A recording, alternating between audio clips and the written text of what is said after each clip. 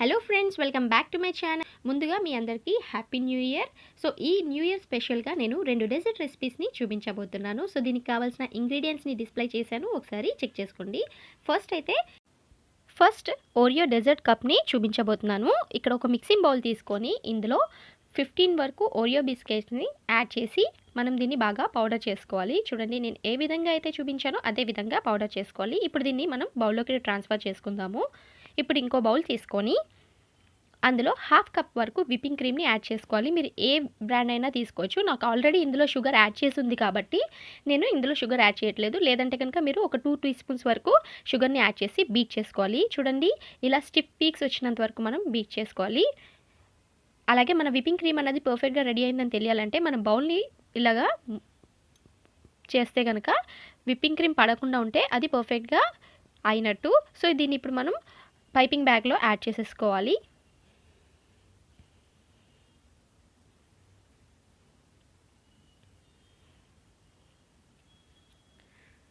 So ఇప్పుడు whipping cream అన్నది piping బ్యాగ్లో యాడ్ చేసేసుకున్నాం కదండి.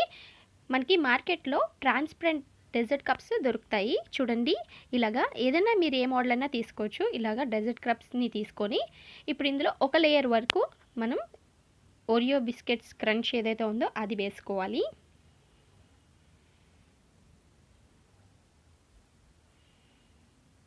నెక్స్ట్ లేయర్ వచ్చేసరికి మనం విప్పింగ్ క్రీమ్ని యాడ్ చేసుకోవాలి.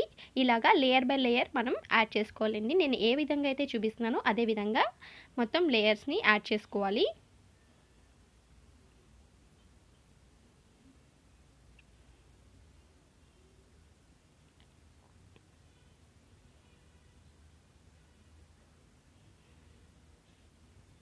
ఇప్పుడు ఫైనల్గా చాక్లెట్ సాస్ని యాడ్ చేసుకోవాలండి. ఇది మనకి మార్కెట్లో ఈజీగా దొరుకుతుంది. ఒకవేళ మీ దగ్గర కాంపౌండ్ ఉంటే కనుక కాంపౌండ్లో ఒక చిన్న బటర్ని వేసి మెల్ట్ చేసుకుంటే చాలు. సో గార్నిషింగ్ కోసం నేను ఇక్కడ ఓరియో బిస్కెట్స్ని యాడ్ చేసుకుంటున్నాను. ఇప్పుడు దీన్ని మనం ఒక 1 అవర్ వరకు ఫ్రిడ్జ్లో పెట్టుకొని సర్వ్ చేసుకుంటే కనుక చాలా అంటే చాలా టేస్టీగా ఉంటుంది. తప్పకుండా మీరు కూడా ట్రై చేయండి, మీకు చాలా బాగా నచ్చుతుంది. సో ఇప్పుడు నా నెక్స్ట్ రెసిపీని చూద్దాము. సార్, నా నెక్స్ట్ రెసిపీ వచ్చేసి ఓరియో స్విస్ రోల్ అండి. ఇది కూడా చాలా యమ్మీగా ఉంటుంది. చాలా easy recipe and same ingredients అండి. ఇప్పుడు ఒక మిక్సింగ్ బౌల్ తీసుకొని ఇందులో ఆల్రెడీ మనం పౌడర్ చేసుకున్న ఓరియో బిస్కెట్స్ ఏవైతే ఉన్నాయో అది తీసుకోవాలి. అలాగే 1 టీ స్పూన్ వరకు మెల్టెడ్ బటర్ని తీసుకొని ఒకసారి మిక్స్ చేసుకోవాలి. ఇలా మిక్స్ చేసుకున్న తర్వాత ఇప్పుడు ఇందులో 1 teaspoon or 2 teaspoons వరకు మిల్క్ని మెల్లిమెల్లిగా యాడ్ చేసుకుంటూ మనం డౌ అన్నది ప్రిపేర్ చేసుకోవాలి. మీ కన్సిస్టెన్సీని బట్టి మిల్క్ని యాడ్ చేసుకోవాలండి, లేదంటే పలుచగా అయిపోతుంది. ఒకవేళ పలుచగా అయినా కూడాను కొంచెం మళ్ళీ బిస్కెట్స్ని యాడ్ చేసుకుంటే సరిపోతుంది. సో ఇప్పుడు ఒక బటర్ పేపర్ని తీసుకొని ఈ డౌని ఇందులో వేసుకొని మనం ఈవెన్గా స్ప్రెడ్ చేసుకోవాలండి. ఏదైతే మనం చపాతీని ఎలాగైతే స్ప్రెడ్ చేసుకుంటామో అలాగా ఈవెన్గా స్ప్రెడ్ చేసుకోవాలి. సో నాకు పర్ఫెక్ట్ షేప్ రావడం కోసం సైడ్స్ని కట్ చేసేసి ఒక రెక్టాంగులర్ షేప్ వచ్చేలాగా నేను దీన్ని ప్రిపేర్ చేసుకుంటున్నాను.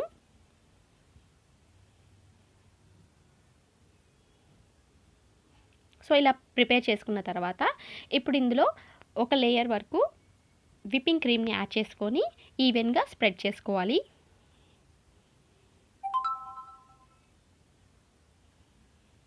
ఇలా స్ప్రెడ్ చేసిన తర్వాత నేను ఏ విధంగా అయితే ఫోల్డ్ చేస్తున్నానో అదే విధంగా మీరు రోల్ చేసుకోవాలండి. బటర్ పేపర్ని మూవ్ చేసుకుంటూ స్లోగా మనం దీన్ని రోల్ చేసుకోవాలి.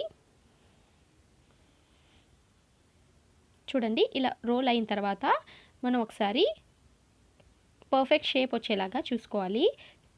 ఇప్పుడు ఈ ఎడ్జెస్కి కూడా మనము విప్పింగ్ క్రీమ్ని అప్లై చేసుకోవాలి. సో ఇలా విప్పింగ్ క్రీమ్ అప్లై చేసిన తర్వాత మనం ఈ బటర్ పేపర్తో కవర్ చేసేసుకొని దీన్ని మనం రీఫ్రిజిరేటర్లో ఒక 15 మినిట్స్ వరకు పెట్టుకోవాలి. ఈలోపు మనం నెక్స్ట్ ప్రాసెస్ని చూద్దాము. ఆల్రెడీ నేను బీట్ చేసుకున్న విప్పింగ్ క్రీమ్ ఉంది కదండి, ఇందులో 1 టేబుల్ స్పూన్ వరకు నేను కోకో పౌడర్ని యాడ్ చేసుకొని దీన్ని మిక్స్ చేసుకుంటున్నాను.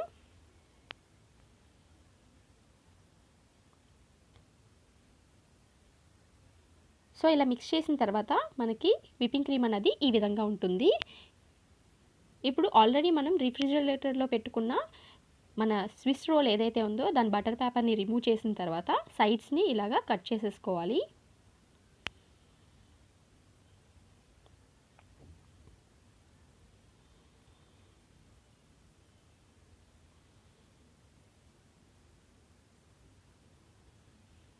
ఇలా సైడ్స్ని కట్ చేసిన తర్వాత ఇప్పుడు దీనిపైన ఆల్రెడీ మనం విప్పింగ్ క్రీమ్ని ప్రిపేర్ చేసుకున్నాం కదండి, దాన్ని ఈవెన్గా స్ప్రెడ్ చేసుకోవాలి.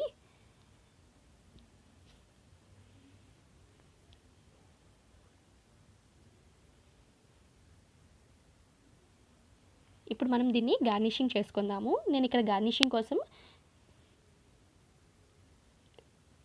చెర్రీస్ని యూస్ చేస్తున్నాను. ఇలాగా చెర్రీస్ని యాడ్ చేసుకొని అలాగే మనం దీన్ని పుదీనా ఆకులతో డెకరేట్ చేసుకుంటే కనుక యమ్మీగా ఉండే టేస్టీగా ఉండే ఓరియో స్విస్ రోల్ అనేది రెడీ అయిపోతుంది.